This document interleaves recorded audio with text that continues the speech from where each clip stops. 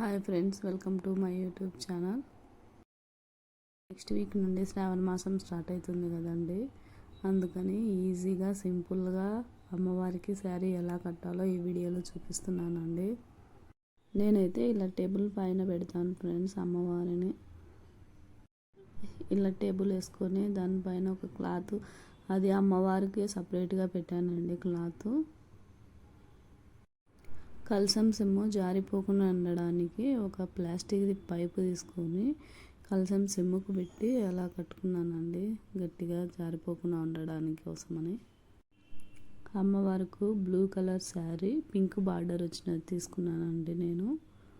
శారీ కొంచెం సాఫ్ట్గా ఉంటే కుచ్చిళ్ళు బాగా వస్తాయండి.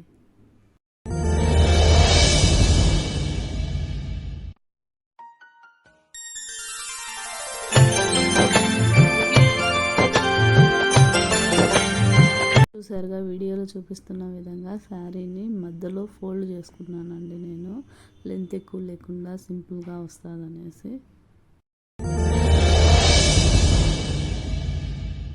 చూపించిన విధంగా శారీ ఒక సైడ్ నుంచి మడత పెట్టుకుంటూ రావాలండి కుచ్చిళ్ళు. అప్పుడే మనకు ఈజీగా కలసానికి చుట్టుకుందామండి శారీ మొత్తము.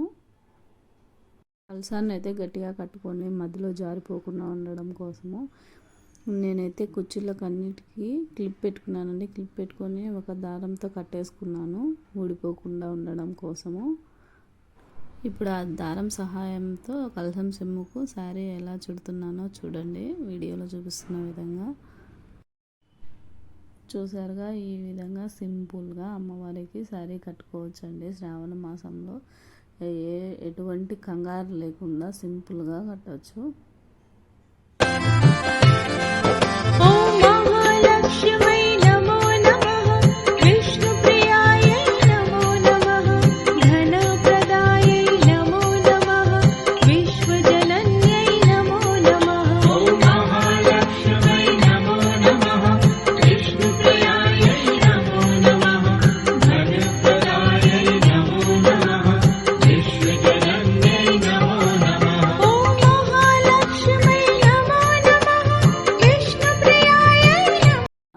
శారీ కట్టడం మీకు నచ్చితే లైక్ చేయండి, షేర్ చేయండి, ప్లీజ్ సబ్స్క్రైబ్.